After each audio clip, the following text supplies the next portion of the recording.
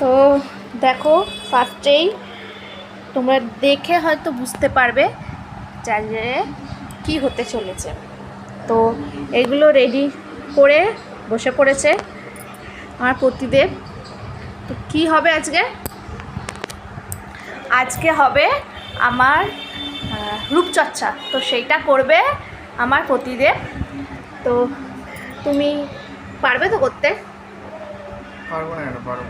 পারবে বলছে। তো চলো দেখা যাক, আজকে আমাকে স্পেশাল ফিল করাবে। তো তার জন্য আজকে এইগুলো সব রেডি করেছে।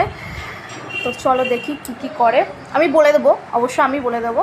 ও পারবে কি না আমি জানি না, মানে ও তো জানে না সব কিছু স্টেপ বাই স্টেপ, তাও আমি ওকে বলে দেবো। তো চলো দেখিয়ে দিই তোমাদের আরেকবার।